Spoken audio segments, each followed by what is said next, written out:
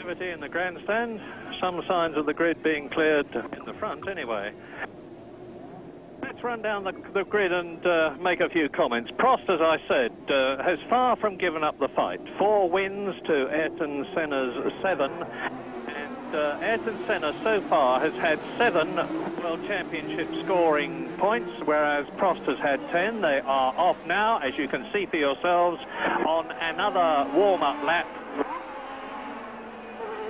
It's the second warm-up lap for the Portuguese Grand Prix, so it's obvious that the race distance will come down to 69 laps. Now they go into turn 1, that's 4th gear, about 145 miles an hour. Dropping downhill into turn 5, another right-hander, 5th gear, about 165 miles an hour. On a very short straight to turn 3, 2nd gear, right-hander. Up into 3rd gear, turn 4, the long looping left which leads into turn 5, and they're up to about 125 miles an hour. Now they're approaching, as you see them, turn 6, which is 5th gear, top gear, 165 miles an hour. This is flat. I don't mean flat out, I mean no gradient. Into a very long left-hander, turn 7, which they are approaching now and which they take first of all in 3rd gear, pulling force of those as they come out to about 120 miles an hour.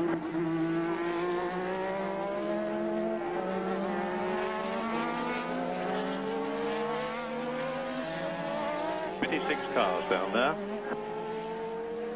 Into another short straight, then into turn 9.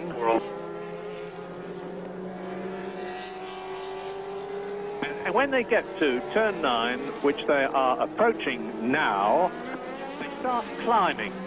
3rd gear, about 120 miles an hour. Then up into 4th, 145. That's turn 9 that you're looking at now. Still in 4th, round 2nd right-hander there is turn 10. Sweeps hard rights, very deceptive when you're looking at it on your monitors, because the camera position there gives you a beautiful close-up of the cars, and in the process makes it look as though they're going along a straight, which they most certainly are not. They're sweeping right at 145 miles an hour before they go into the left-handed turn 12.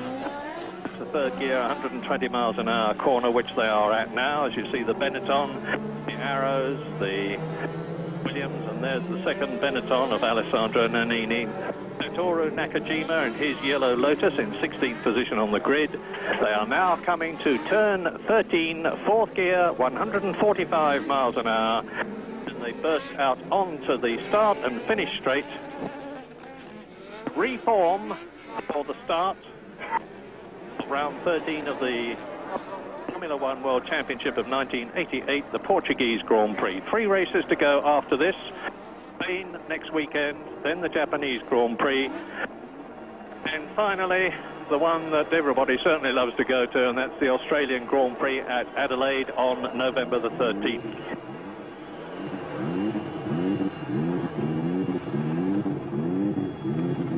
On the grid, in pole position for the 2nd time this year, Alain Prost. To the right of your picture is Ayrton Senna, then 3rd and 4th, Capelli and Berger, 5th and 6th, Gugelmin and Mansell.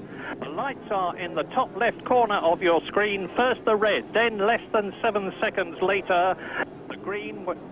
You can see the course cars in the background. If they're in position, all should be well.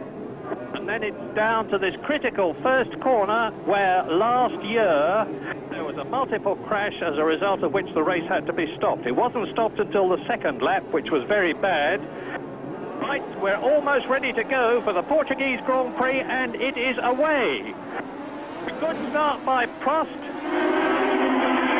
Prost and Senna go into turn 1 together. The march is well up behind them. And there's somebody on the right of the grid who look off the course.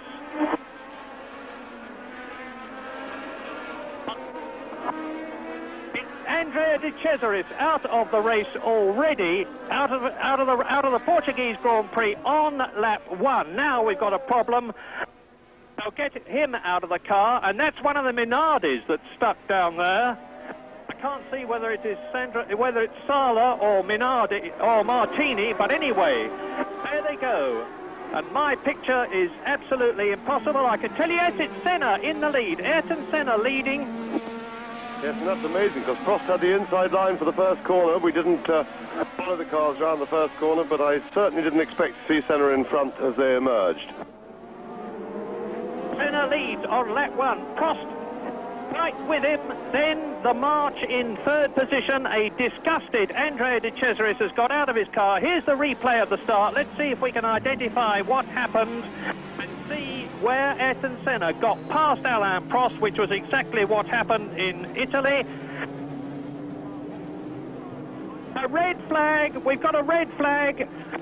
The Portuguese Grand Prix is being stopped for the second time, and this is the sort of thing that sadly does not give Grand Prix racing a good name. In the second arrows, having stalled and been hit, but now we get away, and everybody keep your fingers crossed, because this is the third parade lap of the day. It will lead to the third start of the day, and as James has pointed out, racing clutches are not designed to take 650 horsepower and project the car from nothing to some 100 miles an hour by turn 1 3 times. They're designed to do it once and possibly twice, but it's expecting a great deal of them to all last for a third unplanned and undesigned for race. So we'll have to hope for the best. That was the corner, incidentally, where the pile-up was last year, the left-hander in the middle of your picture, and that is turn 1. You're looking now at turns 2 and 3. Here they go on to the reverse side of the course. This course is in a very narrow, rocky valley. It is surrounded by hills. It holds the heat. It is very hot indeed. And it's going to be a very grueling race for those 26 drivers, with very, very high track temperature and cockpit temperatures getting up probably something like 140 degrees. It's going to be very, very warm indeed. Race, if it gets away this time, we hope it will, is going to be starting 35 minutes late.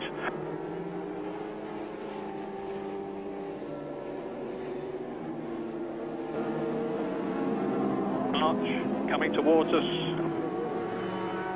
Baron of Alain Prost, Ayrton Senna, Capelli, Berger, there's Gugelmin, Ayrton Senna.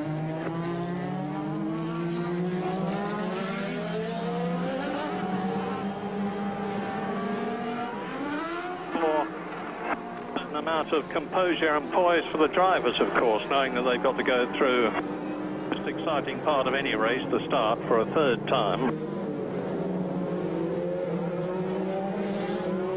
Was Philippe Stret that you just saw coming background. Only 21st, and there's René Arnoux. Stefan Johansson has qualified in the Ligier. Both the Ligiers are in, and for those who are interested in technical aspects, both cars are in the old radiator and side powered configuration. Arnoux tried the new radiator layout yesterday. They had electrical problems and he wasn't able to draw any conclusions, so they're playing safe. The older layout. Not been at all successful this year. Into position, the very front position. Grid is staggered for safety reasons at first start, but never mind. In the front row, all by himself, staggered grid, Alain Prost, and his time, 1 minute 17.411, was actually faster than Gerhard Berger's pole position time last year, 2/10 faster. But then Gerhard Berger in the turbocharged Ferrari had 4-bar boost. Makes a very considerable difference. At least 350 horsepower. That is an indication of how much the cars have improved in terms of handling and aerodynamics and other areas this year.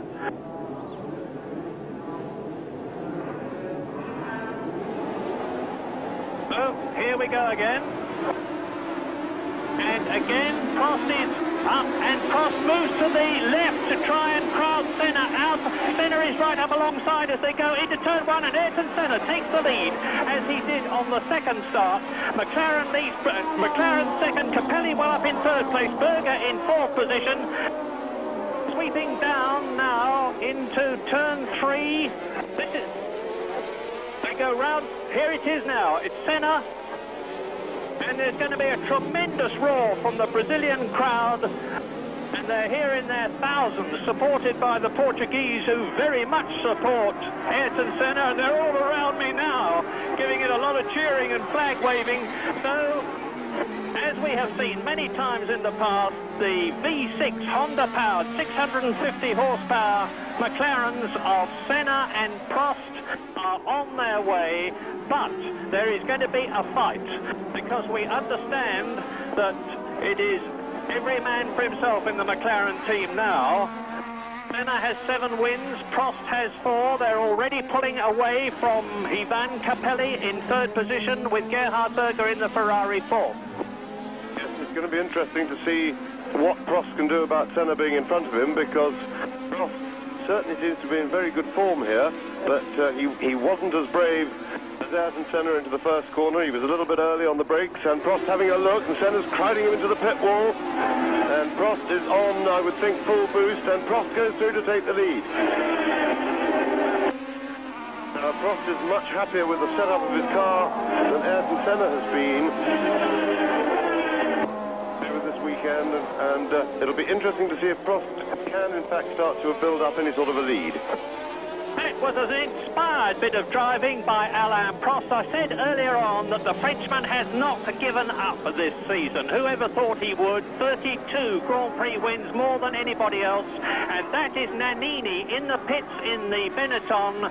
So Alessandro Nannini is having a terrible Portuguese Grand Prix already after his terrible Italian Grand Prix, and let us look now at Alain Prost taking the lead from Ayrton Senna, followed by Capelli and Berger. It's an almost Formula 3 style tactics by Senna there. He was pushing Prost across the track, almost into the pit wall, just gave him a car width, and Prost was not daunted by that.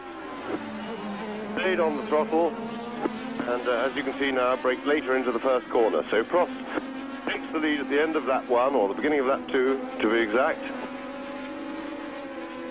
Here they come again, completing 2 laps. With Prost having pulled out a nice handy little lead of about 50 yards. From Ayrton Senna, who has got Ivan Capelli right behind him, with Gerhard Berger in third position. So it is 3 turbocharged cars in the first 4, and Ivan Capelli, who I expect to do better as the race goes on. And just look at the way Alain Prost is going, and just look also at the way Ivan Capelli is holding on to Ayrton Senna in second position. Here they come, and Prost is the man. So, and now on lap 3, Alain Prost is leading. Ayrton Senna is in second place. Ivan Capelli is third, followed by Berger 4th. In 5th position, it is Nigel Mansell in the Williams, and in 6th place, Maurizio Gugelmin in the March. 2 Marches and Nigel Mansell in the first 6. Prost. And just as a matter of interest, although it is very early in the race, Ayrton Senna's first lap, 1 minute 30, compares with the lap record of Gerhard Berger in 1 minute 19, and of course they're going a lot faster now as we look at Alain Prost in the lead. Prost has pulled out a surprisingly big lead in the space of a lap and a half.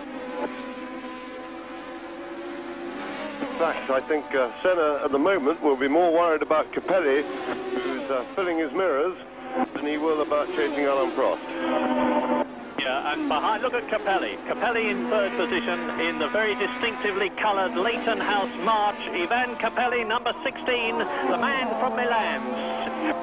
16 years of experience. This is his 31st Grand Prix, and he's giving Senna a hard time, because Senna is not only anxious to catch Alain Prost, but also to keep Ivan Capelli there behind him.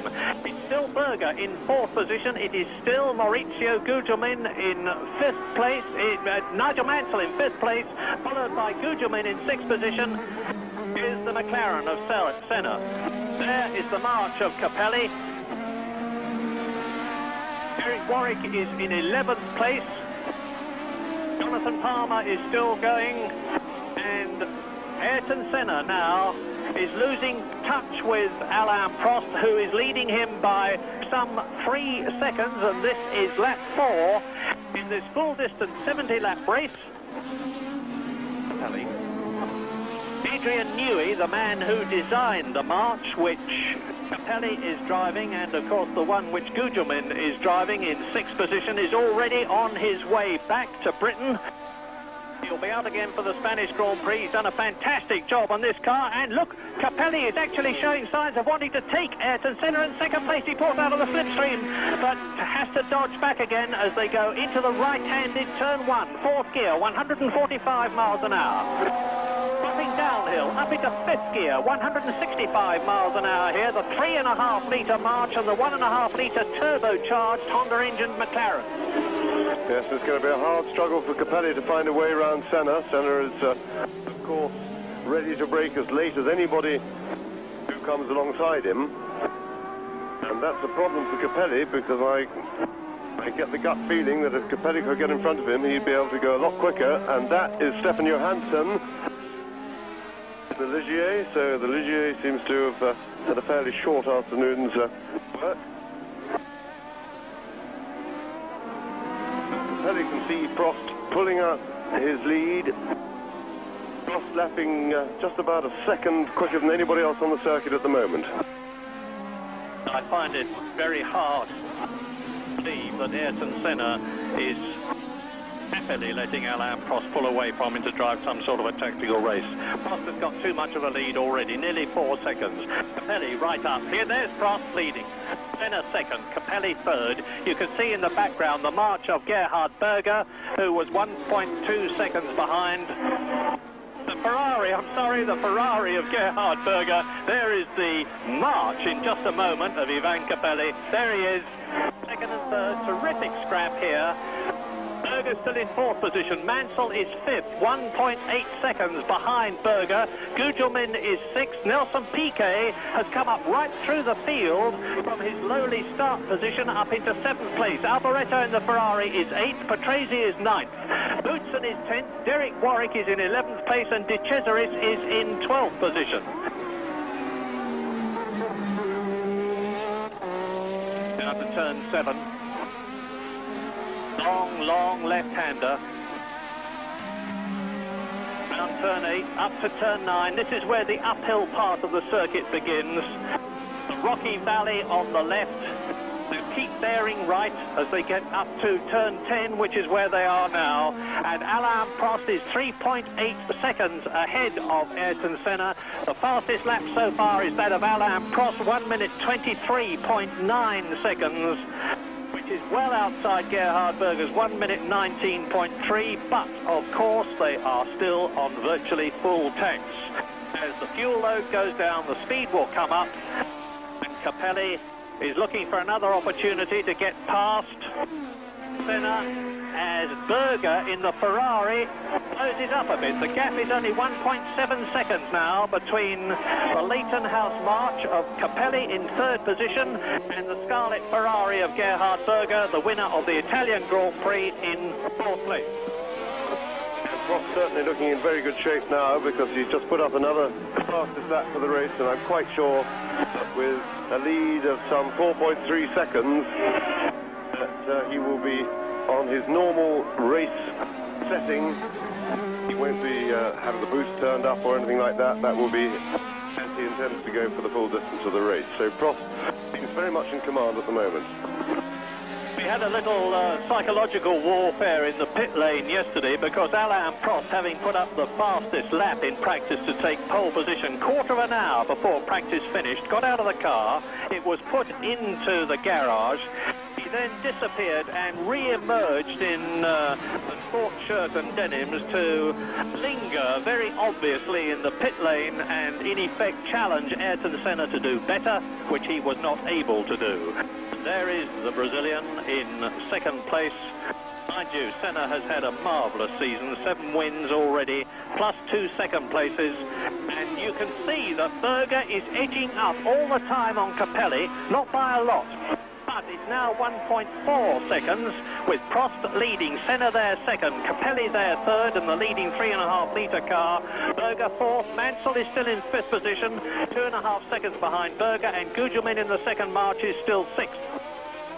There's no doubt that Senna is holding Capelli up, but Capelli, I think, to get past Senna is going to have to get him to get a bit brave about it. He's going to have to find a way around the back of the circuit, because he's already tried a couple of times on the start-finish straight. Another fastest lap for Alain Prost. He's just going steadily quicker as the fuel load comes down. His lead now just under 5 seconds. Capelli is not going to be able to pass Senna on the start-finish straight, which is the obvious passing place on this circuit. He's going to have to try and con him around the back into leaving some space, and then do some sort of opportunist overtaking manoeuvre. Berger behind, chasing hard, ready to pick up the pieces of any problems. Dustin Hoffman, Ivan Capelli, as said before, is a Dustin Hoffman lookalike. Great practical joker. Was walking around the pit lane yesterday with the most gigantic water pistol. Giving everybody a shower who stood in his way. Here is Senna, there is Capelli, and ever closer is Gerhard Berger. Nigel Mansell has just speeded up, 1 minute 24.03, which is only a little off the fastest lap of Alain Prost so far. They come down from turn 1, turn 2. Now start to climb a little. Up towards turn 6, this is the right-hander, and they take that absolutely flat out at some 160 miles an hour. And Alain Prost is certainly the man of the race thus far. Number 11 in his 134th Grand Prix. Yesterday he achieved his 18th pole position, his ability totally undiminished, and his humour and poise similarly totally undiminished. 4 wins this season, and the World Championship has actually yet to be resolved. It is the best 11 scores out of 16 races which count it, which decide it. There is the leader. See for yourself how far behind Ayrton Senna is, with Capelli in his slipstream and challenging. Capelli just can't quite get alongside Senna, despite the fact that Senna's giving him a tow there. He's making the hole in the air. Extra little bit of power of the turbochargers, and that's what Capelli's going to have to do. He's going to have to get brave round the back, as I said before. Start looking for a weakness somewhere around the back of the circuit if he wants to pass Senna, and that he most certainly does, because Berger has now caught the pair of them. Berger is not really in an overtaking position at the moment, but very much there and ready.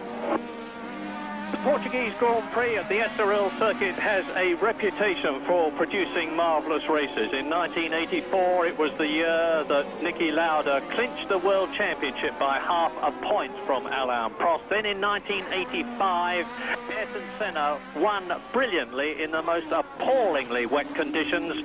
Nigel Mansell won equally brilliantly with a dominant race in 1986. And last year, the winner was the man who is leading. There he is, Alain Prost. Here is Senna. Can Capelli get close enough now to challenge as they come into turn 1? And he'll be getting worried about Berger, and you can see that Nigel Mansell is getting closer to the Ferrari. It's McLaren, March, Ferrari, Williams as they go into turn 1. Look for Nigel Mansell in the background when you get a longer view.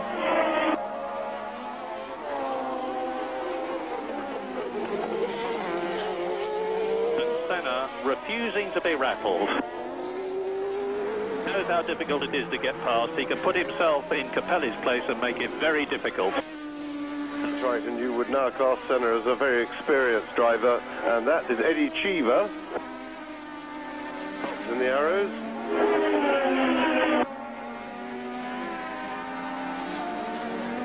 Capelli is basically going to have to try and find a way of selling Senna some sort of a dummy, maybe by feinting one way and then diving the other to get past him.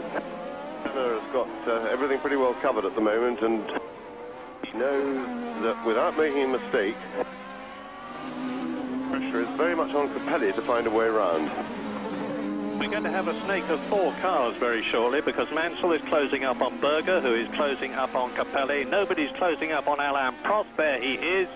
And he's now 6.5 seconds ahead of Senna, who's got problems of his own. You can see now, Senna, Capelli, Berger, Mansell. And Capelli is even closer than he has been in the past, but still not close enough.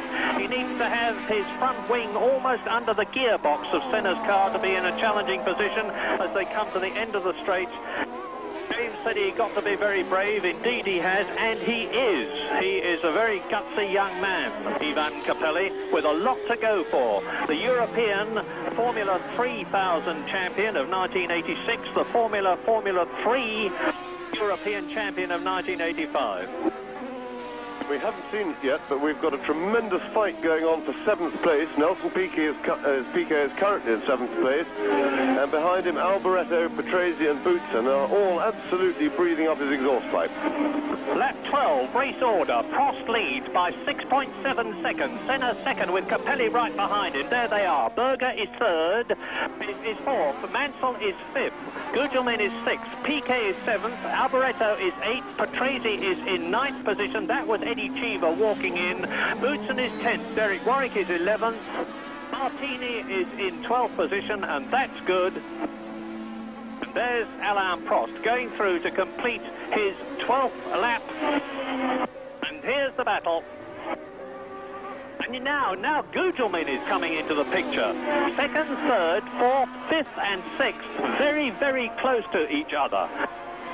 Senna leads Capelli by, well, you can see the distance he's leading Capelli by. And there's about 3/5 of a second between Capelli and Berger. There's still just over 2 seconds between Capelli and Mansell, who is closing. And Mansell in 5th place is only 2 seconds ahead of Gugelmin in 6th place.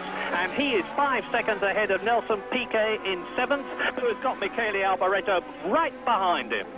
And this is only lap 13 in this 60-lap race.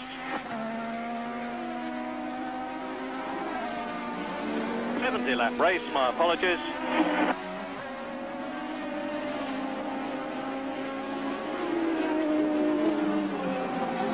Exciting in terms of position, exciting in terms of content.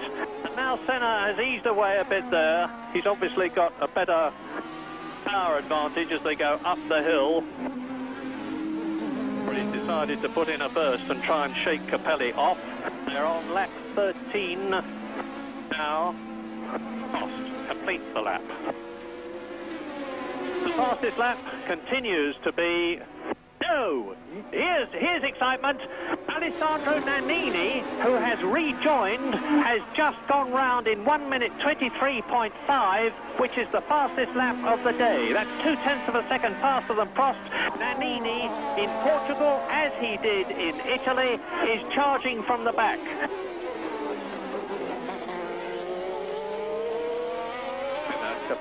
Capelli certainly maintaining, if not increasing, his advantage over the Ferrari of the Austrian Gerhard Berger, who is in 3rd position in the World Championship, albeit a long, long way behind the McLaren-mounted Senna and Alain Prost.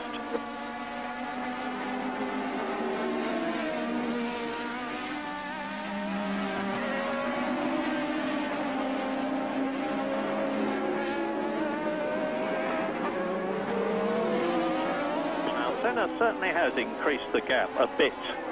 I say a bit. The gap now is half a second. So there's certainly very, very little in it. The McLaren, the March. There's the confirmation that Alessandro Nannini is now the fastest man on the circuit in terms of an achieved lap time. 1 minute 23.5. Out has gone Andrea De Cesaris to join Stefan Johansson and Eddie Cheever. And 1, 2, 3, 4, 5 cars in 2nd, 3rd, 4th, 5th, 6th, 7th, there's Gugelmin, and there is Piquet, Nelson Piquet in the Lotus, being chased by Michele Alboreto. Right behind him is Riccardo Patrese. And Alboreto is in 8th place. Patrese is in 9th place. Right behind him is Thierry Boutsen, followed by Derek Warwick 11th and Martini in 12th position. There's the world champion.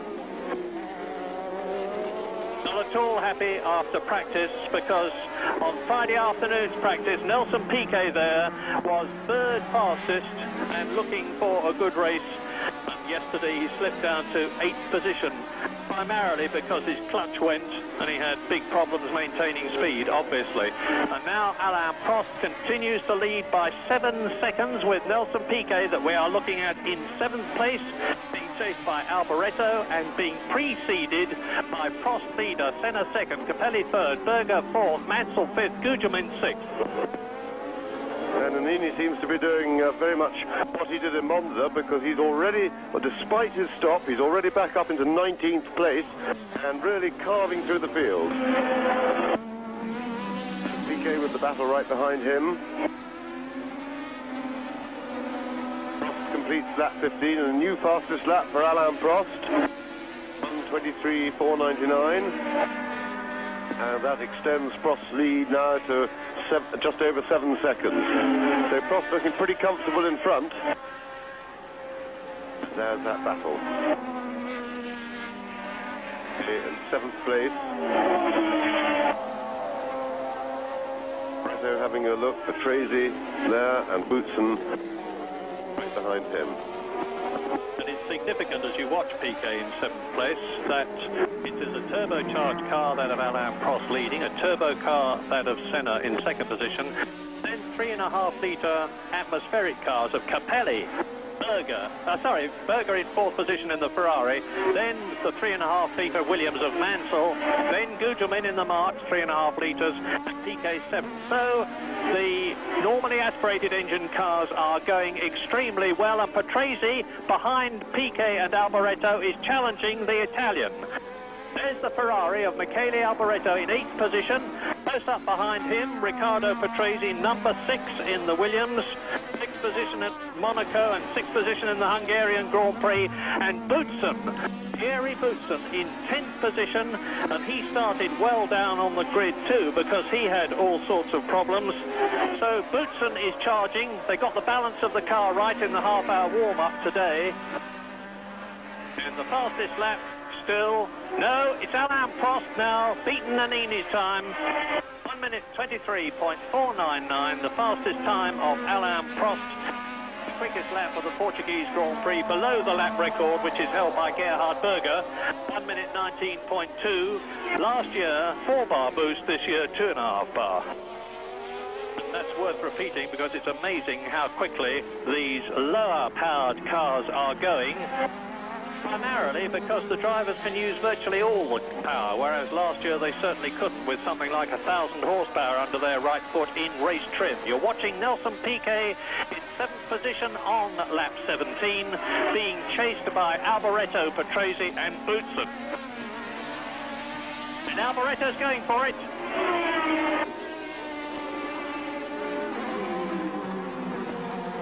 It was interesting to see there that when Alboreto ducked out to have a look at Piquet, Piquet actually had more power and he was able to pull away a little bit, out-accelerate the Ferrari, which means that Alboreto is going to have a big problem finding a way around Nelson Piquet. Piquet holding up that group of Alboreto, Patrese and Boutsen behind him, but with a power advantage, can stay there for as long as he wants, as long as he doesn't make a mistake. And there goes Derek Warwick, 11th position. Piquet, 3rd last year, never won the Portuguese Grand Prix. Alboreto, Patrese and Boutsen, 7th, 8th, 9th, 10th together.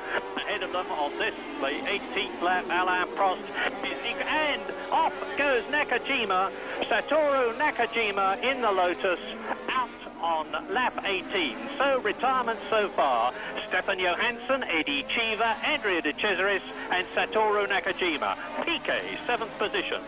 Alboreto, 8th. behind Alboreto Patrese. Behind Patrese, Boutsen. So there's two turbo cars there, with two 3.5 litre cars easily keeping up with them.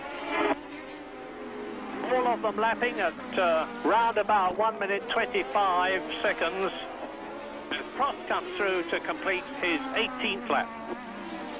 The new fastest lap there for Nigel Mansell, just 6 thousandths of a second quicker than the one previously set by Prost, and Capelli now perfectly positioned behind Senna, but the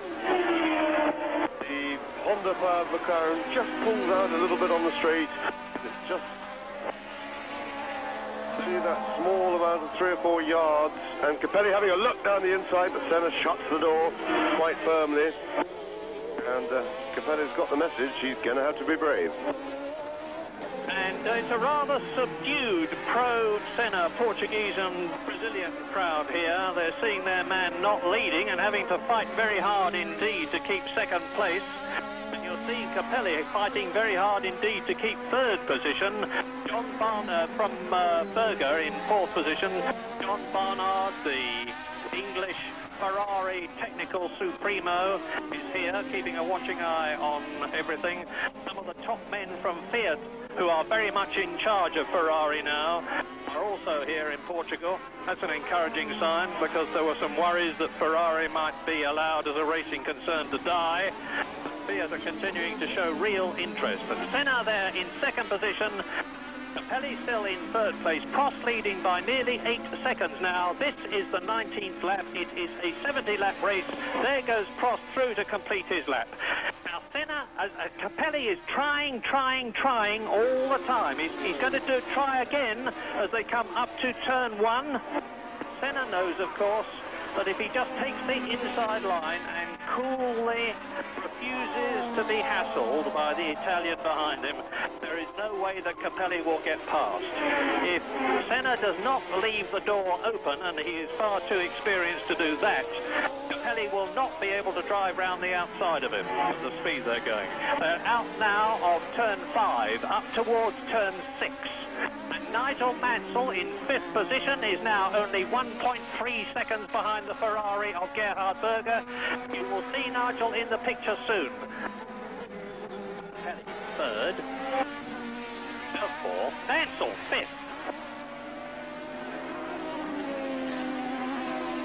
I remind you that this circuit is very bumpy. It is very demanding on brakes. You're looking down now from the helicopter at the battle for 2nd, 3rd, 4th and 5th places. And in this heat too, very hard on the drivers. It's a busy circuit, a lot of twists and turns. They certainly work for their money this afternoon. Here we go again. Capelli once again perfectly placed, but just not quite the power. And he's having a look, and I think this time he's going to do it. Senna just holds on. Handle on the brakes then, and I think Capelli's starting to get a bit frustrated. And with Nannini going faster still, you just saw the flash of his time there, 1 minute 23.406, the fastest lap so far, 116 miles an hour. The British drivers, Nigel Mansell is in 5th place, Derek Warwick is in 11th place, Jonathan Palmer is going well in 21st place. Julian Bailey, unfortunately, failed to qualify. And on lap 21 out of 60, there is the indication that Alain Prost is leading by nearly 10 seconds. This terrific scrap between Senna, Capelli, Berger and Mansell for the places immediately behind him.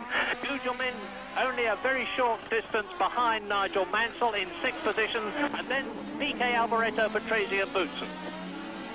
Nannini continuing to go quicker and quicker. He's now up to 15th place. He's got a bit of a clear track in front of him. He's some 8 seconds behind Sala. Will be his next problem that he'll have to pass. And that is one of the Lola cars in the pits as Capelli tries again. Now, this time, is he alongside? Yes, indeed he is. Ivan Capelli takes second place from Ayrton Senna on this, the 22nd lap of the Portuguese Grand Prix, and now watch him pull away. Terrific. The question now is, can Capelli catch Prost? Because he'll certainly be having a go at that. The march was very, very quick in the warm-up this morning in race trim. Capelli is now just about 10 seconds behind Alain Prost, and here we see it again. Capelli perfectly placed, this time got a little bit braver though, just held off his brakes enough to get half a length on Senna, which meant that he then controlled the corner. And look, there he goes, just coming along through, keep coming off the brakes a bit, forcing Senna to stay outside him, and Capelli goes through. Just as though you had taken a cork out of a champagne bottle, because Capelli surged past, and it's going to be more than interesting now to see what the gap is between the Leighton House March and the McLaren in second and third places. The 3.5 litre Judd powered, and I emphasise the word Judd because John Judd has taken a bit of stick from the racing fraternity and enthusiasts at the beginning of the season. His engine's brand new this season, and he's done a fantastic job. Now in second place, and I remind you that Nigel Mansell finished second in the British Grand Prix in a Judd-powered Williams, and now Senna is being given a hard time by Gerhard Berger in fourth place, and the gap already between Capelli and Senna in second and third places is over 2 seconds in one lap. Capelli absolutely flying. He's set a new fastest lap, some full second quicker than Prost's previous fastest lap. There it is on the caption, 22.4. Capelli has already reduced the gap to Prost, and as Berger goes through, Berger has got Senna. Senna having a pretty difficult day. He hasn't really been very happy with the setup of his car all weekend, and it's certainly being underlined here. Here again, Berger just grabbing the inside, but Capelli is the man to watch. Capelli is now 7.7 seconds behind Alain Prost, or he was when they last crossed the start-finish line. Now remember that figure is going to be very significant. And there are actually whistles and catcalls from the crowd now, who have seen that Senna has been passed by Berger. They don't like it. Race order on lap 23. Prost leads, set by 7.7 seconds. Now, across the line in second place, only 5.5 seconds behind Prost, and gaining with the fastest lap, Capelli. Third is Berger. Fourth is Senna. In fifth position, Nigel Mansell, who is 1.5 seconds behind Senna and catching him. Gugelmin in the second march is sixth, so both the 3.5 litre marches, and there are in the first six. There is Senna being caught by Mansell. Mansell can sense an opportunity to get past his foe, his traditional foe, Ayrton Senna. Remember how they took each other off in the Belgian Grand Prix, and there was not a lot of good blood after that between them. Senna now will see the 3.5 litre Judd-powered Williams of, there he is, Nigel Mansell, back in Grand Prix racing after an absence of 2 races in Italy and Belgium. And if his neck is feeling sore and tired, I'm sure the adrenaline will be keeping it up right now.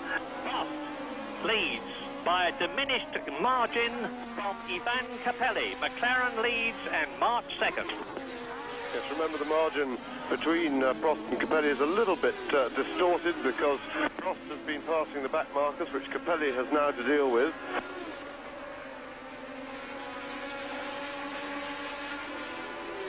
Now here's René Arnoux in the Ligier coming towards us. He is in 18th position, and he's now got, it looks like Gugelmin behind him to me, but they are on now lap 25 in this 70-lap race. Still Prost, and he's now increased the gap a bit compared with what it was. It's back to 6.5 seconds. That's right. The traffic certainly held Capelli up a little bit there, but he will be, I'm sure, very pleased that he's got past René Arnoux, who is notoriously difficult lap. So now Capelli has a clear track in front of him, and he can shoot straight at Alain Prost. And Senna, Prost and Capelli have both lapped everybody up to 17th place. What an absolutely superb race this man, Ivan Capelli, is driving. This is only his 31st Grand Prix. Watch the march. Look at its slippery shape, its superb aerodynamics. Ian Phillips, the team manager, said to me this morning, I honestly think that we have got the best chassis in Grand-Prix racing this year. When you think that next year, the March team in 1989 are going to have a special short stroke screamer of a Judd V8 engine, it augurs well for their chances. So, Capelli, Berger in third position. There is Arnoux, with Senna coming out to lap Jonathan Palmer, who is in 19th position.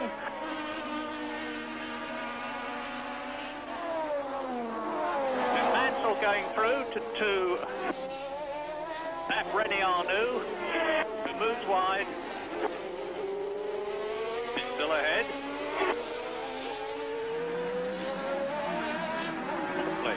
Ayrton Senna. Red and white McLaren. Rare experience for Ayrton Senna to be as low down the field as this at this stage of the year in 1988. Lap 26.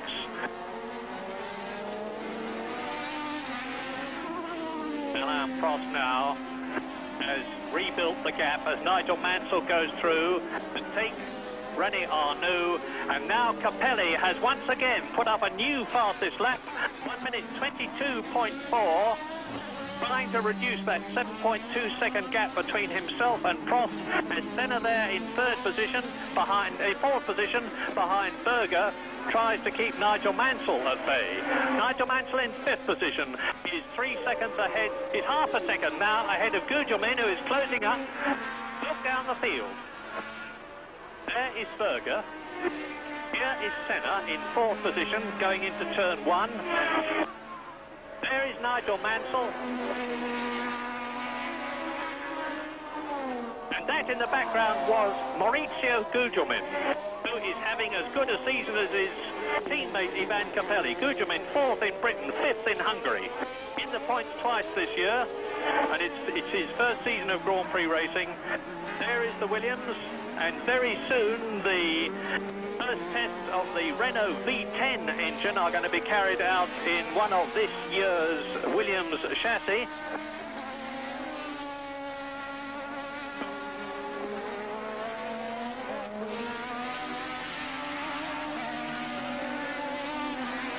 Well, I really can't imagine what Senna's problem is. He's obviously got one.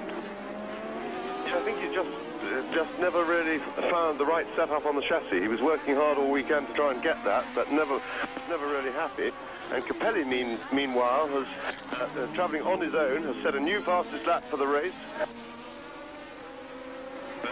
There we see Alain Prost, and Capelli has now got the problem that Prost has just had. It helped Capelli to close the gap, but he's got two back markers in front of him. A little bit of a breathing space, a little bit of a cushion for Alain Prost while he's got those slower cars protecting him from Capelli. And I'm glad we're getting a chance to look at Alain Prost, because we're tending to forget that he is ahead. You can see now how little ahead he is, because the gap is down to 3.5 seconds, and Alain Prost is going to have a real fight on his hands now, because Capelli, who has already, of course, moved up from third to second, has taken Ayrton Senna and proved that the 3.5-litre March can get past a 1.5-litre turbocharged McLaren Honda, and he will be only too anxious to prove that he can do it again by catching and passing Alain Prost, and if he does, that would indeed make history in 1988. And it's just, I'm beginning to think that it is actually possible to visualise a victory for a 3.5-litre car in the 1988 Grand Prix season, which was something that we certainly didn't envisage earlier on. Prost coming through now to complete the lap. Look for Capelli in the background to see how far back he is. There is the answer. And Berger going through. Prost is now 4.4 seconds ahead of Capelli, who is 1.6 seconds ahead of Berger. They have lapped everybody up to 15th place. Senna is 4th, Mansell is 5th. There's no doubt that Capelli, at the moment, is the fastest man on the circuit, particularly when he gets a clear run with no traffic.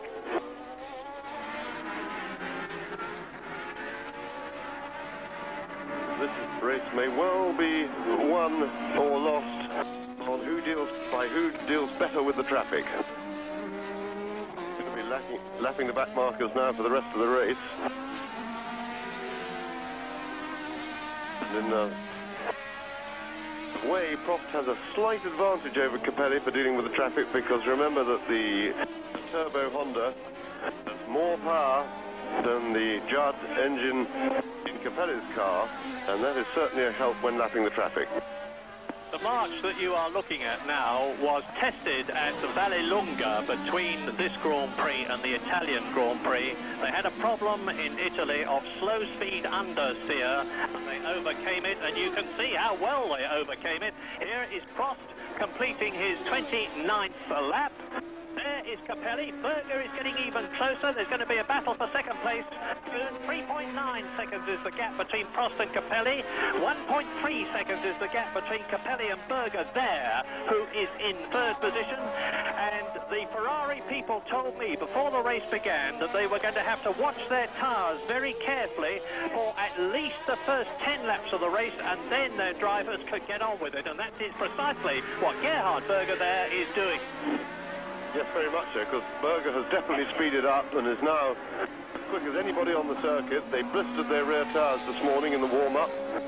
They had to go conservative, but remember that as the fuel load reduces and there's a bit of wear on the tyres, they get less heat build-up. Of course, when the tyre's brand new, there's more rubber on it, so more heat build-up in the tyre. But Berger now certainly has looked after his tyres, and I would think that any risk of a blister is behind him.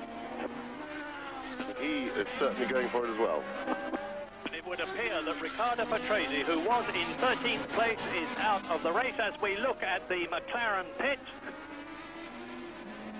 What is going on down there? I'm sorry, I can't see any better than you can. I can see a great cluster of McLaren mechanics, of Lotus mechanics, and of Williams mechanics. It is Patrese, of course, in the pits, and there is the battle for first. Prost leading 3 seconds now ahead of Capelli, 1.2 seconds ahead of Berger. McLaren leads, March second, there it is. Ferrari third, there it is. Two turbo cars sandwiching the magnificent March Judd of Ivan Capelli, proving that Grand Prix racing has really come alive in the last two races. The Ferrari victory in Italy. There's the winner in Italy, Berger. Second place was Alboreto. A magnificent win for Ferrari on their home ground, as was only fitting after the recent death of the great Enzo Ferrari. Now Gerhard Berger on his way to challenge, as into the pits comes Piquet. Nelson Piquet into the pits, coasting in very slowly. That did not look to me like any kind of a routine pit stop. It looked like a potential retirement. Yes, absolutely. He came in very, very slowly. In the meantime, Nigel Mansell is struggling a little bit. He's right up behind Senna, but it's taken him a few laps and he still hasn't yet found a way past. So Mansell, 5th place, I would think beginning to get a bit frustrated, desperate to get past Senna where he can get on and chase the leaders. 31, and Prost has got to get past the Minardi. No, it's Larini's Osella. He's got to get past it before turn 1, otherwise Capelli there and Berger will close the gap a bit between him and themselves. And he's done so very convincingly. And now Capelli goes through. Larini moves over to the right, moves over to the left again, and lets Berger through. Very gentlemanly bit of driving, that. Yes, that was most commendable. He saw all the leaders coming, and he made proper space for all of them. And Prost will certainly be very grateful for that. First, second and third, there they are. This is lap 32, race order. Leader, Prost, 2.3 seconds ahead of Capelli, second. Who is 1.1 seconds ahead of Berger, third. Who is 12 seconds ahead of Senna, fourth. Who has got Nigel Mansell fifth, right behind him and challenging for fourth position. Dudelman is sixth, Alboreto is seventh. DK, of course, has gone into the pits, which means Boutsen goes up into 8th place. Derek Warwick goes up to 9th. Cappy is 10th. Nannini is up into 11th place. Remember, Nannini started again from last and is now up to 11th place. And it looks to me as though he's going to be even higher after having done the same sort of thing in Italy as he was at Monza. He finished 9th at Monza. So, Prost, Capelli, Berger, 1, 2, 3, gap. 2 seconds, Prost to Capelli, 1 second, Capelli to Berger. There is the Ferrari. Out of turn 1, down to turn 2, 165 miles an hour. Second gear, turn 3, 95 miles an hour. Deep swinging right, uphill a little into turn 4, back into second gear, 95 miles an hour. Up into third, 120. Up into fourth, 145. Up into fifth on the corner at about 160 miles an hour. Now the dash down to turn 7, third gear, 100 miles an hour. That is Capelli in second place. PK has restarted. He fairly blasted out of the pits. Capelli with Berger right behind him, second and third into turns 7 and 8 at 120 miles an hour. Turn 9, climbing uphill, fourth gear, 145 miles an hour. Turn 10, 120. Keep swinging right, turn 11, up to the left-handed, turn 12. Second gear, 95 miles an hour. On to turn 13, which leads into the start and finish straight. You have done a racing lap with Ivan Capelli in second position and Gerhard Berger in third place. There they are, Prost, Capelli, Berger. And there is 3 seconds covering the first to third places. Fastest lap so far. Gerhard Berger is fastest now, 1:21.9. Capelli has been fastest, Prost has been fastest, now Berger is fastest. Nigel Mansell has been fastest too, he is in 5th place, just behind Ayrton Senna, who you do not see.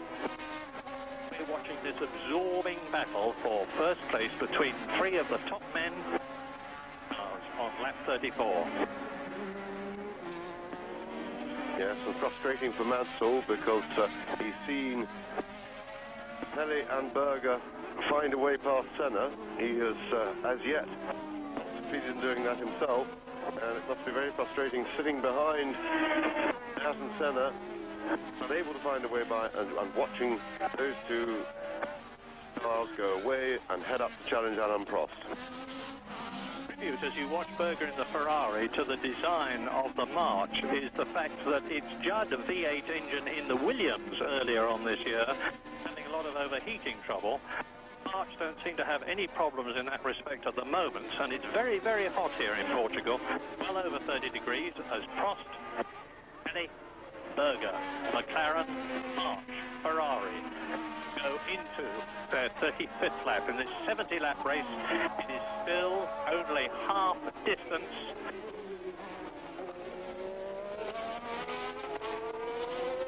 And the weather, the bumps, the speed, the acceleration, the braking are all telling on the drivers.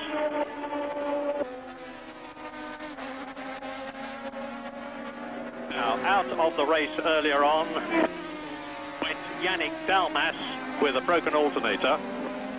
That's the closest Berger's been to Capelli. And Berger, confidence high after his win at Monza, starting to make his challenge. Allegedly the highest paid man in Grand-Pri racing, and that does include Ayrton Senna and Alain Prost. What a good buy he was. Gerhard Berger considered going to the McLaren team, decided that he could not risk the opportunity to join the most charismatic team of them all, Ferrari. It's starting this season to pay off with his win in Italy and going well here in third place in Portugal. We are on lap 35, still Prost, Capelli, Berger, with Berger getting ever closer to the Italians' march. Prost in front has responded a little bit to the threat. Put up his fastest lap of the race, and a big slide by Berger. Berger made some sort of a mistake there. And he won't get started out of that sandpit again, I wouldn't think. The cars get stuck in that, they just bury, and that is an absolute tragedy for Gerhard Berger. It looked as if he made the mistake, but hopefully we'll see a replay and we can have a proper look. And And the interesting thing about that was the Ferrari of Gerhard Berger out, and here is the replay. Full left lock, he mounts the curb, he can do nothing about it. The speed and the trajectory is taking him straight into the gravel trap, which is designed to slow the cars up. Tarquini went off there in practicing, and they had to get an enormously strong tow truck to get him out. Berger's race is finished, and that means to say now that up into third position goes Ayrton Senna, and Gugelmin is missing. Maurizio Gugelmin is missing. The way the back swapped ends on Berger then, I'm not sure that maybe there might not be a little bit of oil down on the track, and maybe that could account for Gugelmin's sudden disappearance.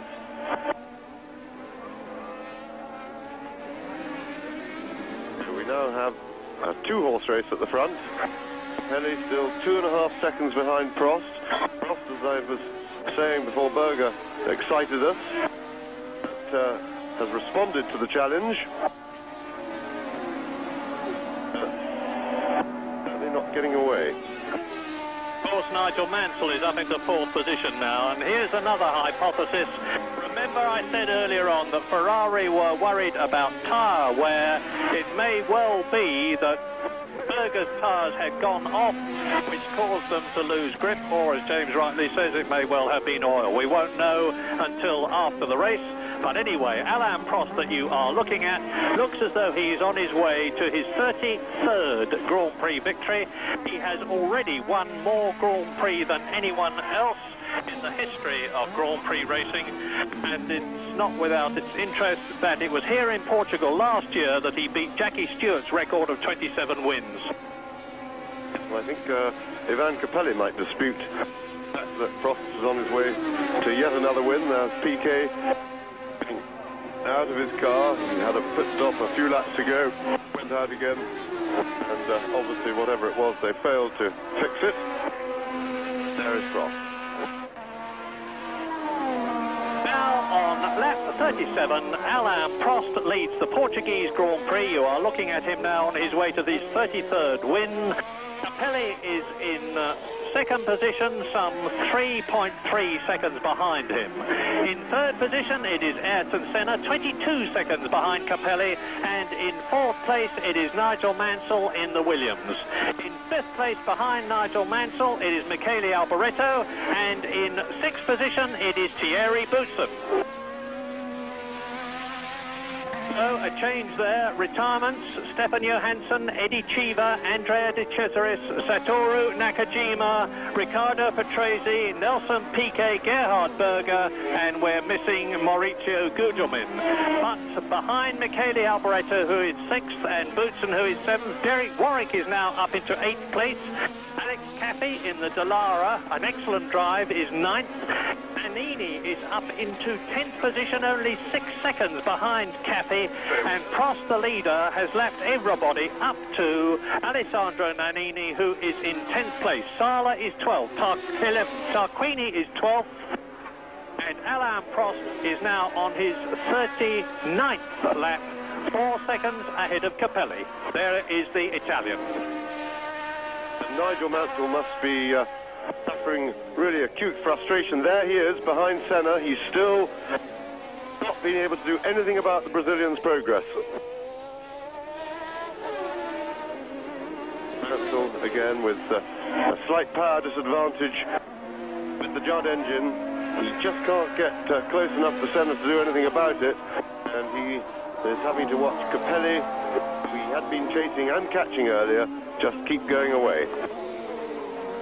Oh, what a wonderful return for Nigel Mansell. Seeing Ayrton Senna in his sights, they're both catching Nicola Larini. The venerable V8 Alfa Romeo powered Osella. There's rumours that it might even have the V10 Alfa Romeo engine next year, but there is the confirmation. Prost leading Capelli by 3.9 seconds on lap 39. Fastest lap, Gerhard Berger, 1 minute 21.9, and he, of course, has now retired, with Prost leading Capelli second. Senna that you're looking at third, with Nigel Mansell fourth right behind him. There's rate 5, Nigel Mansell from the Isle of Man, Port Erin, and 5th is Gugelmin, 11 seconds behind Mansell. 6th is Alboreto, 7th is Boutsen. 8th is Derek Warwick in the Arrows Megatron, and his teammate Eddie Cheever has retired. That is Gerhard Berger, a very hot, probably very unhappy Gerhard Berger walking in. Victory in Italy, retirement in Portugal as Senna bobs out from behind the Osella. Look at the speed difference. The Osella is turbocharged, of course, but it's a very old engine in Grand Prix terms.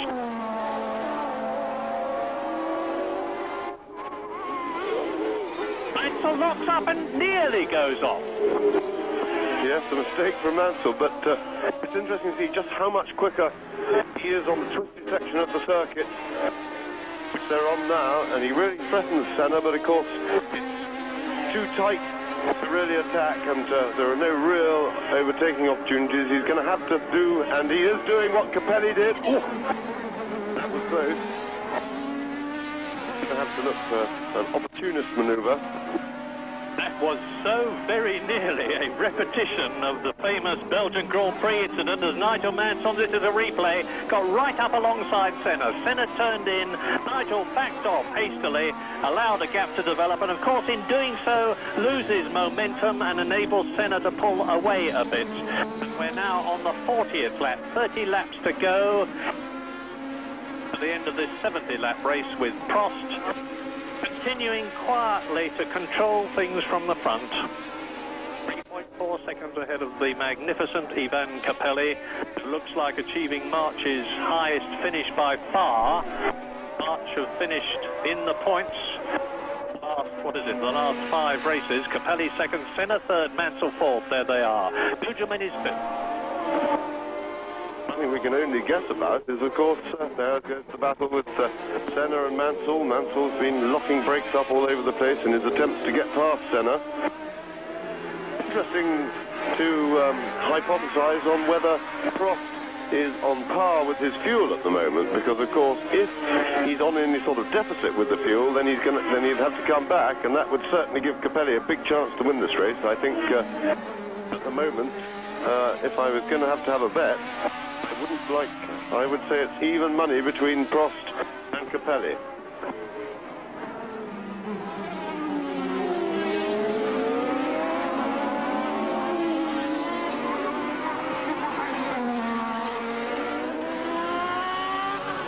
The news is that Maurizio Gugelmin, who we had thought had disappeared from our lap chart, has most happily certainly not done so, because he is in 5th position. He's in 5th position to his teammate Ivan Capelli, who is second. Our apologies if we misled you. Here is Senna going through with Nigel Mansell probably going to have another go for him as they come down to turn 1. Senna in 3rd position. Mansell bobs out and has a look. Senna cuts in and holds his place. And I confirm that Alain Prost is 3.5 seconds ahead of Capelli second. Senna is third. Mansell, there he is fourth. Gugelmin is definitely in 5th position. Alboreto is 6th. And Thierry Boutsen is in 7th place. You're looking down on the McLaren of Ayrton Senna second and the Williams of Nigel Mansell third as they come up to turn 6.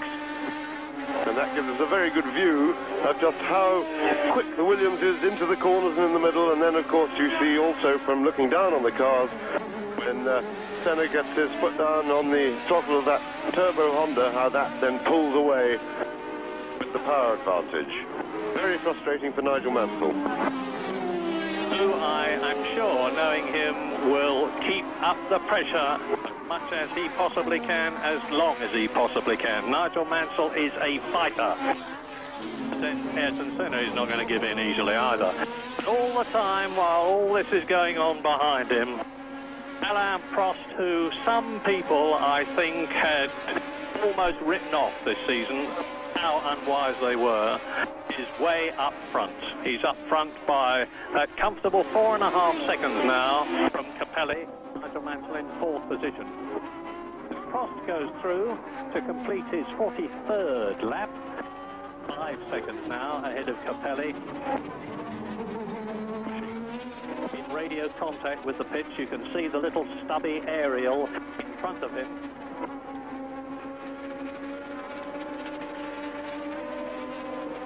Although this Eştoril Autodromo is not used very much, the facilities, spectators are magnificent. No, you won't get through there, Nigel. But, of course, there's no harm in showing Senna that you have every intention of trying wherever you can in the hope of rattling the Brazilian. And Ayrton Senna has proved twice this year that he can be rattled. At Monaco, when in the lead in the closing stages, the knowledge that Alain Prost had moved up into second place obliged Senna, who had a very considerable lead, to lose concentration coming down to the tunnel and go off into the Armco. And then exactly the same thing happened subsequently. Mansell Williams just twitching a little bit there as he went into the corner.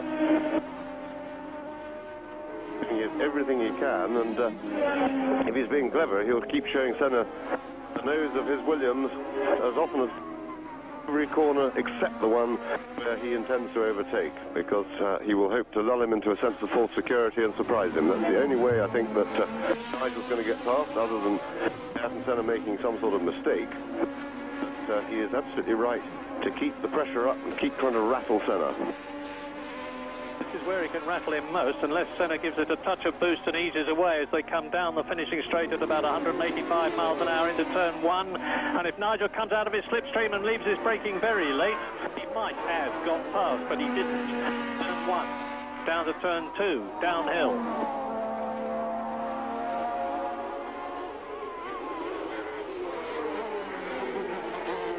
A lot of people spun off of this left-hander in practice. The course was very dirty when they first arrived, it not having been used to any great extent since last year, and it had to have a lot of cars passing over it to clear the muck away.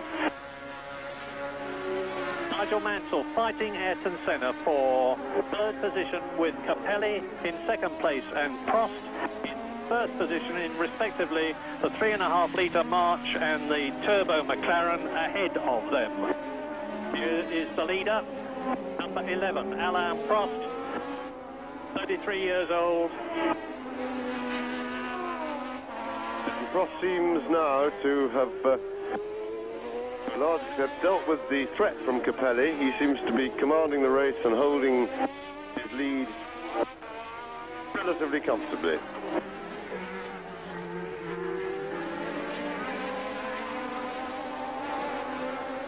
You see in front of Alain Prost, René Arnoux, and they've had their troubles in the past about lapping, and it will be most important to Prost to get clear of Arnoux as soon as he possibly can. This will be a worrying moment in the race for Prost. Arnoux, the oldest man in Grand-Pri racing, moves over and lets Prost through, something that he has not always done in the past, certainly. Alain Prost, 7 years younger than the man he has just passed, easily and smoothly, gracefully disposes of the Ligier Judd, maintains his lead, and has now lapped everybody up to 9th place. The 9th place man, Alessandro Nannini. We'll certainly be hoping that Arnoux will at least delay Capelli's progress a little bit. On the other hand, we'll be hoping to catch Arnoux on this part of the circuit, the main straight that we're looking at now, rather than round the twisty bit round the back. Hoping that he gets him where he can go clean past on straight line speed.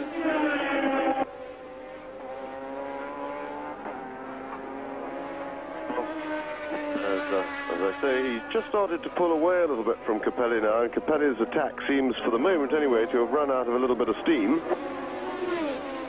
Talking earlier on about Senna there succumbing to pressure, I told you about the first occasion. The second one, of course, was in Italy a couple of weeks ago, when Schlepper took off the McLaren of Ayrton Senna as they went into the Rettifilo, and that was really because Senna knew that he had to try and get past the Frenchman, with Gerhard Berger bearing down on him. And it was then that we realized that Honda engines, like McLaren cars, could be beaten, because the reason that Senna was in trouble, we now know, is that he'd had to enrich his fuel mixture and was in all sorts of problems as a result of it.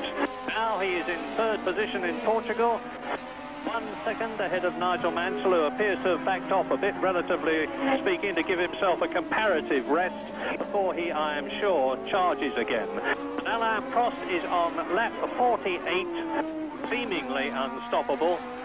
Ahead of Capelli, he's increasing the margin, 7.5 seconds. Fastest lap still remains Gerhard Berger, that 1 minute 21.961. With Capelli 7.5 seconds behind Prost. There is Ayrton Senna coming through to complete his 48th lap ahead of Nigel Mansell. So it's a turbo car leading, the March Judd 3.5 litre car second, the turbo McLaren of Senna and third position, and Nigel Mansell in the Judd-powered Williams in fourth place. John Judd, I believe, has made something like 47 3.5 litre Grand Prix engines this year in his first season of Grand Prix racing.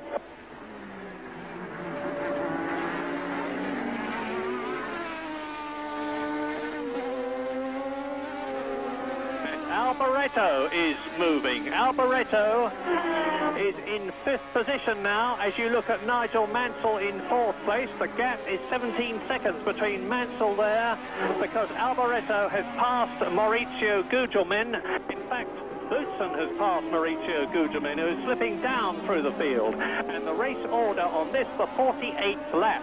Prost leads Capelli by an ever-increasing margin. It is now 8.2 seconds.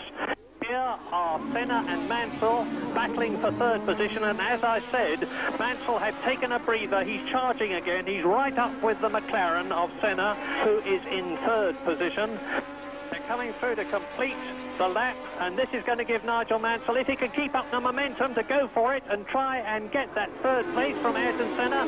He's in a close enough position to do so now. Senna will know. Nigel Mansell's having a look. Senna will have nothing of it.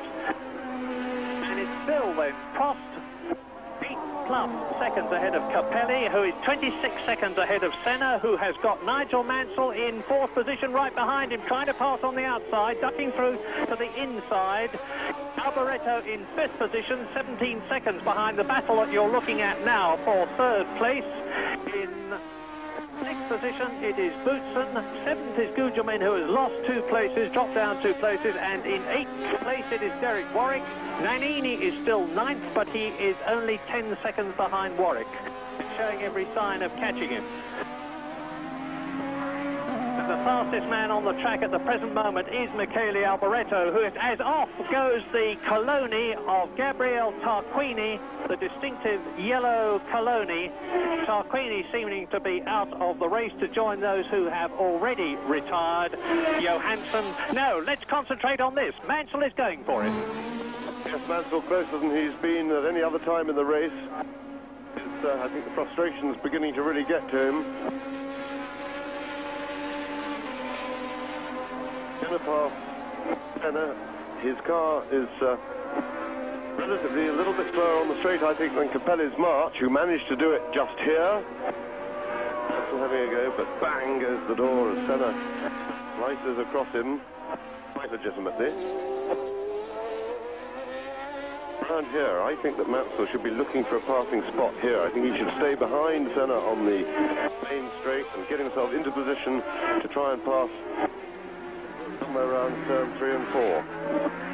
What a fighter Nigel is. He has only finished in one race this year, the British Grand Prix, when he was a magnificent second. 9 times he's failed to finish. Twice he has failed to start because of his chicken pox and virus problems. But here he is right back again in Portugal, forcing Senna to watch the inside line on every corner. Now, Derek Warwick is on his way too. He is in 8th place. He's closing up on Maurizio Gugelmin. The race order is Prost, 8 seconds, nearly 8.5 seconds ahead of Capelli in 2nd place. You're watching the battle for 3rd position, Senna and Nigel Mansell, with virtually nothing in it. In 5th position behind Nigel Mansell, Alboreto. Then it is Boutsen.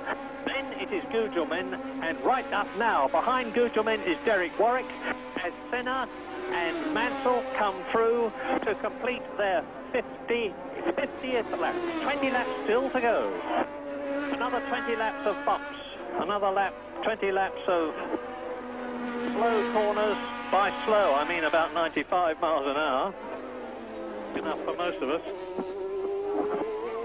There is a possibility that maybe the two marchers of Capelli and Gugelmin have been instructed from their pit to cut the revs on the engines a little bit, because they were certainly worried before the race about fuel. They have an unrestricted quantity of fuel, or unrestricted by regulations, but March Chassis has restricted it by design to only about 195 litres, and at this circuit that makes them pretty marginal on whether they can go the distance at full speed. So I think maybe Capelli and Gugelmin have had to slow down a little bit to make sure that they complete the race. Thierry Boutsen, of course, in the Benetton, who is in that sixth position. And my goodness, Nigel Mansell's going for it now. Boutsen is powered by the Ford DFR V8 engine. Let's concentrate on Mansell and Senna. Senna on the right, Mansell on the left. Senna in third place, Mansell in fourth. And they and Prost still ahead of them on lap 52.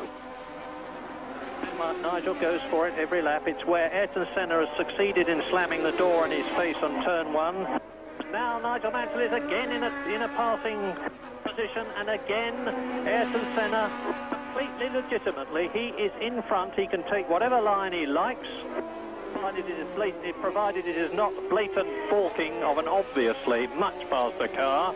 That is not the situation.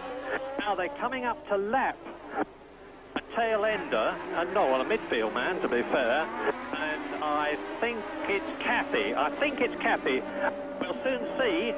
You just saw a flash of the car there, and this is where the situation could change if Nigel Mansell can get on the tail of Senna to take advantage of a possible problem he may have. Yes, that's absolutely right. Mansell will be praying for back markers and praying for ill-disciplined back markers as they lap, because that is probably his best chance of being able to get past Senna. There's no doubt that if he can get past Senna, he'll go a lot quicker, but meanwhile the leaders are getting a little bit too distant for him. Eric Warwick has got ahead of Gugelmin. He's up into seventh place. That is Alessandro Nannini, who has had to make a pit stop. That won't have helped his chances at all. Obviously for tyres, it was marginal whether some cars were going to have to come in for tyres. We thought none of them would have to, but the heat and the speed are obviously... No, it is a Minardi and since it's Martini, it's Martini in the Minardi who is in front of Senna and Mansell. This could be very interesting indeed if the Italian doesn't spot him coming and if he doesn't move over.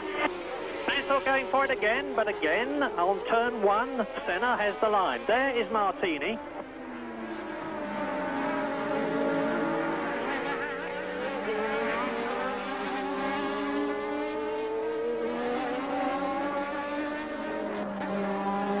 Now, he looks in his mirrors. Oh dear, I apologise, it's Sala. It's Sala in the Minardi. They are catching now the Spaniard, the extremely amiable ex-Formula 3000 driver, Luis Pérez Sala, who is pretty inexperienced. This is his first season of Grand-Pri racing. Indeed, this is only his 11th Grand-Prix, and he's going to have to make a big decision soon to move over. Yes, he has. Well done. Good manners, and Senna and Mansell, undiminished in speed, pass the Spaniard.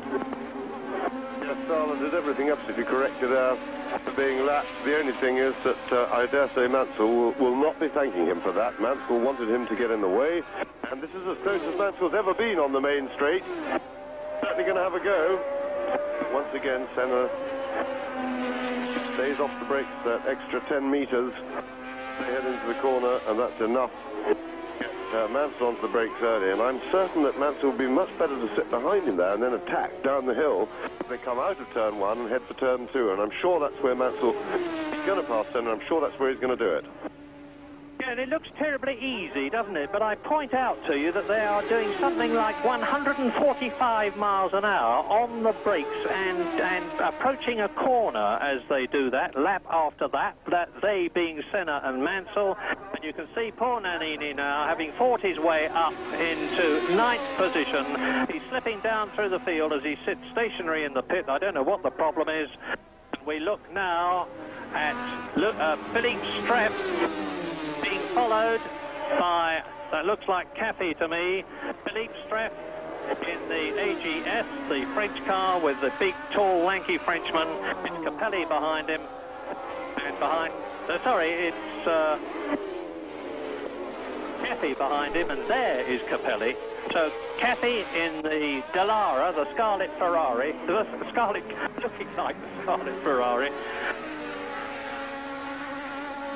Philippe Streff, Alex Caffey, coming up to lap, both of them. Dan Capelli, now 11 seconds behind Alain Prost, the race leader. Caffey is in 9th position.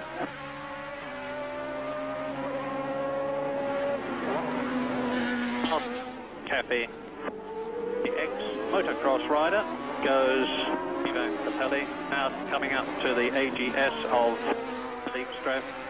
It's the little Gonfaron team with a major problem. They've lost all their technical personnel. Their designer, Christian van der Plein, and his support people who have defected to Coloni, who are going to be driving 2 cars next year, one of them being driven by Roberto Moreno, the Brazilian. And now Capelli on the left has taken both Caffey and Streff, and Caffey is taking the opportunity to close up on the AGS. The gap between Prost and Capelli is now 13 seconds on lap 56 in this 70-lap race. So Alain Prost, who has driven an immaculate race the whole way, is in a very, very commanding position and can now really control things. Turn down the boost, take it easy, and coast home. Coast home by his standards. Now there is Senna. Where is Nigel Mansell? Where is Nigel Mansell? Senna goes through. Capelli has gone through. Alboreto is up into 4th place. Mansell has gone missing, and I don't know what the reason is. The crowd don't know, they don't care, but they're very happy. They jump up and wave their arms, wave their hats and shout and cheer, because the man who was threatening their man, Ayrton Senna there, has disappeared. Now let's look very closely around the course, because I haven't the faintest idea what has happened to Nigel Mansell. All I know is that he's not in the picture and is therefore out of the race effectively. This is lap 56, race order. Prost leads Capelli by 13 seconds. There is the confirmation. Capelli well ahead of Ayrton Senna, who is not so very far. Look, ahead of Michele Alboreto. He's only 4.8 seconds ahead of Michele Alboreto. And then it is Thierry Boutsen. And needless to say, that's the news. There is the picture. Nigel Mansell out. And that is the... just trying to work out where he is on the course. Because it doesn't matter really very much. The fact is that Nigel Mansell is out of the Portuguese Grand Prix. That is his 10th retirement of 1988. And add to his 2 non-starts and only his 1 finish, 2nd in the British Grand Prix. What a bitter pill for him. At 57. Senna into the pits now. What's all this about? Senna loses 3rd place to Alboreto. And would now lose 4th place to Thierry Boutsen. Senna, out he goes, and you can see paper on the right front tyre. That'll soon come off. Tremendous stop by the McLaren team. There is Nigel Mansell coming back to his pit. He looks extremely tired, which one would expect here in Portugal, a hard circuit, and of course he hasn't driven a car since early August. I'm guessing that the problem with Nigel Mansell was cramp. You could see the way he was limping. He was obviously totally dehydrated. He was worried about his ability physically to finish the race before it began, and sadly his worries have been shown to be totally justified. We are on lap 58. Senna has gone into the pits and changed tyres. Is Prost going to have to do so? I think not. I see no reason why Prost, who hasn't fought anything like as hard a race as Ayrton Senna, who of course had Nigel Mansell to contend with in recent laps, who had Capelli to contend with previously. I see no reason why Alain Prost, who's had an easy run at the front, should have as much tyre wear as Ayrton Senna. He's got 15 seconds lead over Capelli now. So with Ayrton Senna having gone into the pits. This is lap 58 with Alain Prost. As you look at Nigel Mansell retired in the pits, Alain Prost leading Capelli by 16 seconds. Michele Alboreto is some 19 seconds in third place behind Capelli. Boutsen is well up again, fourth position, 5 seconds behind Alboreto. Derek Warwick is in the points yet again in fifth place. Senna down to sixth. Then it is Maurizio Gugelmin, seventh, still running well. Alex Caffey is eighth. Sala is ninth. Streff is 10th. There is the McLaren on its own. And I would not be at all surprised if there weren't further retirements. We've still got 11 laps to go. Further they have to go in this heat, on this course, in these conditions, the harder it's going to be for them. And you're looking at Ayrton Senna. He's got a lot to do now. Of course, it's very interesting in the World Championship. Prost is on 9 points at the moment. Senna is only on 1 point for sixth position. Senna having won 7 races, Prost having won 4, it would come down to 7-5. And because it is only the best 11 finishes out of 16, or best 11 point scores out of a maximum of 16 that count, second places could have a very dramatic effect on the final World Championship results. Prost has had 6 second places so far. Senna has only had 2. So there's Prost. He won't know all this. He doesn't care either. Why should he? As Gugelmin goes through, but Prost knows he's in the lead. Gugelmin in 7th position.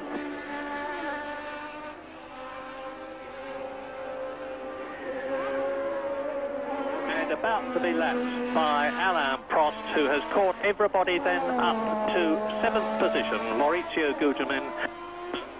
I think it's more than likely that both marches at the end of this race will be in the points. Not only tremendously quick for a 3.5 litre car, but as a result of their continuous development, they've been tremendously reliable. Gugelmin has had a 4th, a 5th and 3 8ths this season. Capelli has had 4 5ths and a 9th.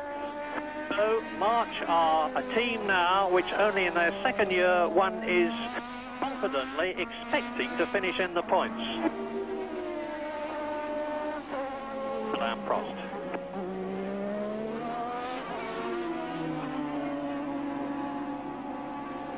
Next to Grand-Pri racing is sporting interest is golf. Very keen golfer, Alain Prost, as Derek Warwick goes through.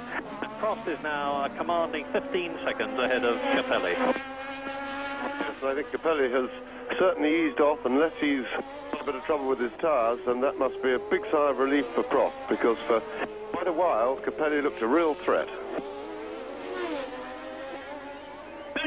Gugelmin coming out to retire at the end of the pit lane. I said earlier on I thought Maurizio Gugelmin was out. I was wrong. Well, this time I confidently say with great regret that Maurizio Gugelmin has retired from the Portuguese Grand Prix to join Stefan Johansson, Eddie Cheever, Andrea de Cesaris, Satoru Nakajima, Riccardo Patrese, Nelson Piquet, Gerhard Berger, Gabriel Tarquini, Nigel Mansell and Maurizio Gugelmin.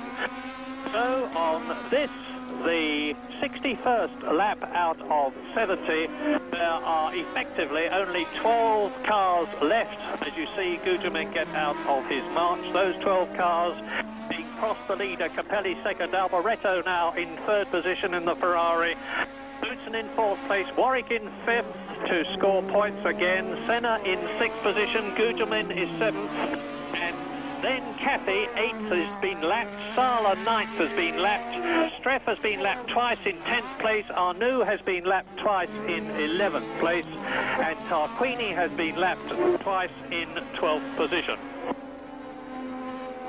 See the enormous runoff area on the right there? Well, thank you. They just moved over and showed it to you. Now Prost 15 seconds ahead of Capelli. But if Ivan Capelli can finish in second place, he will have everything to be very, very proud about. As I say it, you look down on his car. He broke his foot in the Detroit Grand Prix earlier this year. made a recovery, hobbled round in a slipper cast. Boutsen seems to be in some sort of trouble. He's lost 7 seconds on the previous lap. Thierry Boutsen, he's lost 7 seconds, which will give Derek Warwick the opportunity to close up on him. Hopefully, Derek Warwick go for and take the 4th position, which is held by Thierry Boutsen at the present moment. And 4th is the highest that Derek Warwick has finished this year, although he's done it 3 times in Brazil, Monaco and Italy. Now, there's the march. That's Capelli, second. Got 8 laps to go now, including the one he is on, as has Alain Prost.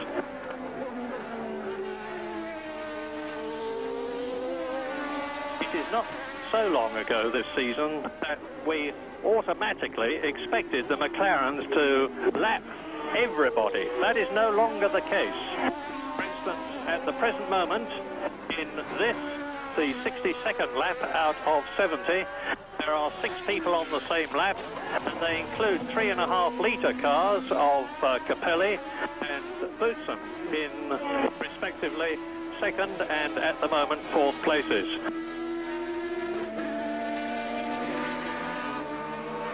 March. Yes, it's getting a bit thin on the ground in Portugal.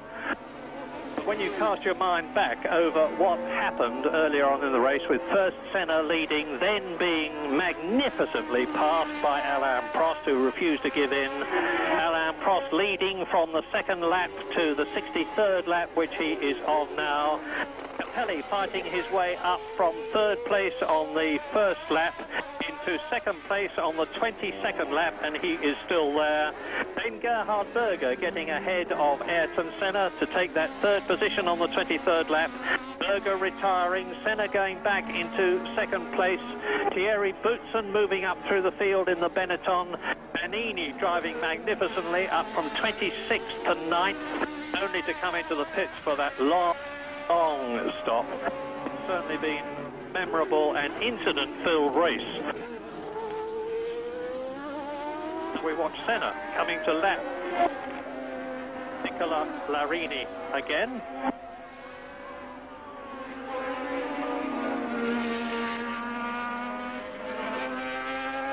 I think we're soon going to have another retirement, that of Gabriele Tarquini in the Colonna. You saw him go off earlier on. He gained, apparently in 12th position, but going very slowly indeed. Larini, who's just been lapped by Senna, is in 13th place. Prost has certainly slowed up a bit in the lead, but he's got plenty of time in hand. He's been nursing his car home now.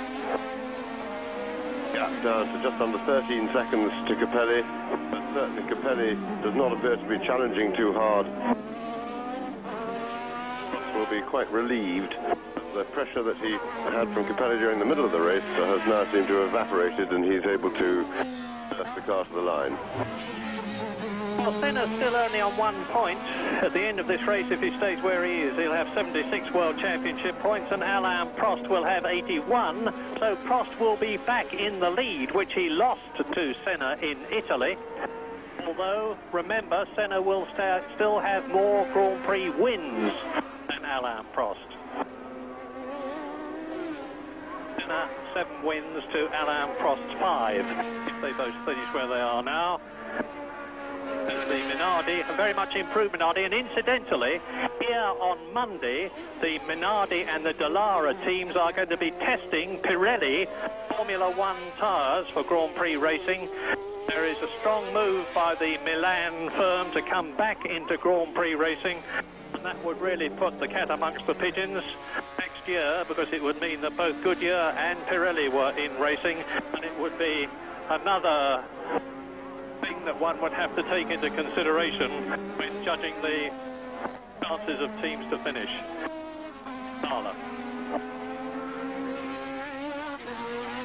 Of 9 children is Louis Perry-Sala. Dinner with him the other night, and he said his brother, who is on his left, is a better racing driver than he is. But Perry-Sala nevertheless finished 2nd in the Formula 3000 Championship last year, before moving up to Formula 1. Now Alain Prost, the leader, is on his 65th lap out of 70. It would be bitter fate indeed if Prost lost this win, because he has dominated this race so conclusively. Senna.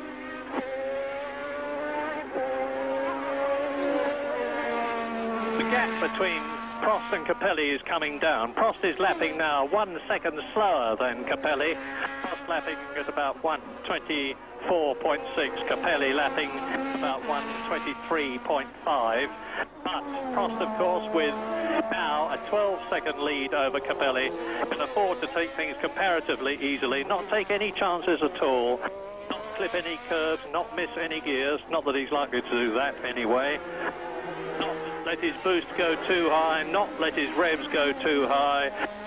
To take things easy when he's passing people, but generally to protect his lead on his way to his 5th Grand Prix win of 1988 and his 33rd Grand Prix win in his career.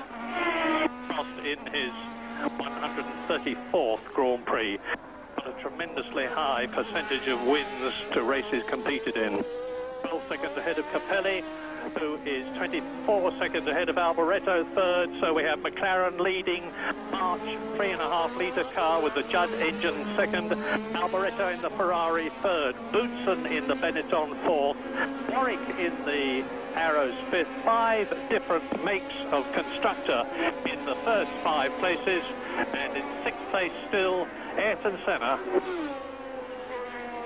And I don't think Ayrton Senna is going to be able to do anything about Derek Warwick. The gap is 18 seconds, so Prost is very, very much keeping his World Championship hopes alive.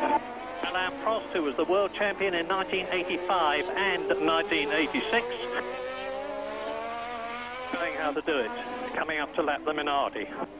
67, just laps 68, 69 and 70 after this.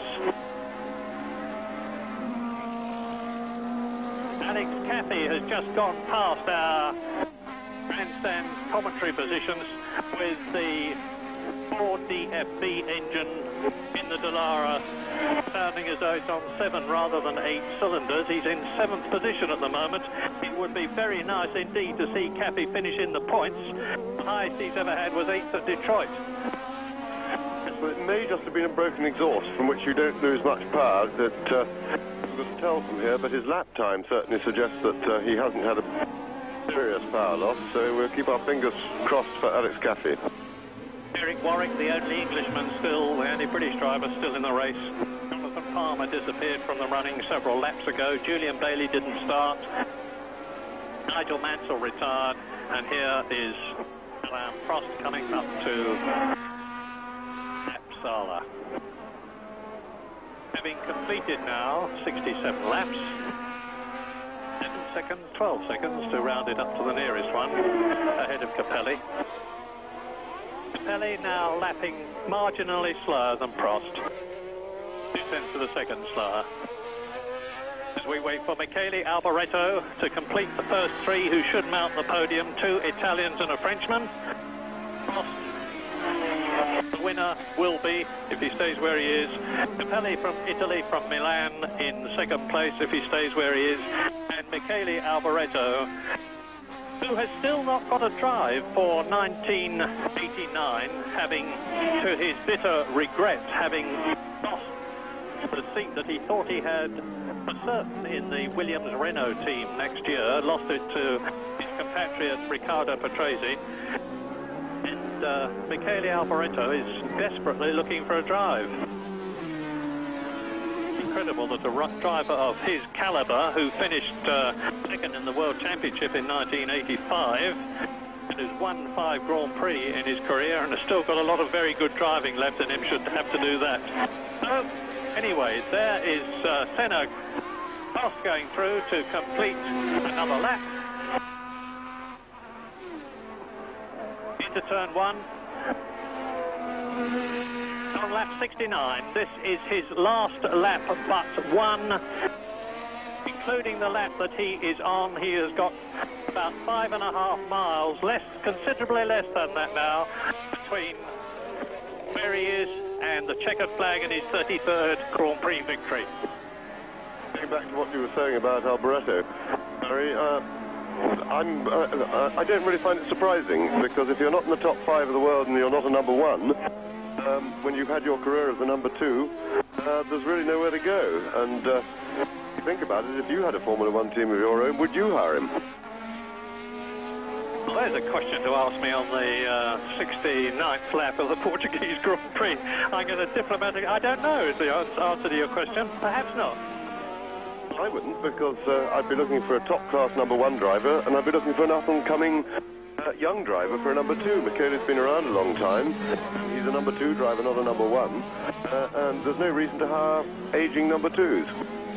Which perhaps explains why Johnny Herbert is said to be definitely scheduled to take the number 2 seat in the Benetton team next year. And as the McLaren goes through, there is Alain Prost. Down into turn 1, he is now on his 70th and last lap. Yes, I suppose my remarks at Alboreto are a little bit harsh, but then it's a hard world. However, tremendous race from Prost, and in terrific form all weekend. Very confident, very smiley, and he'll be mighty pleased with this result. This is straight win over Ayrton Senna, one that he really wanted, and he keeps his tiny hopes in the World Championship just still with a breath of life. Tremendous drive from Capelli.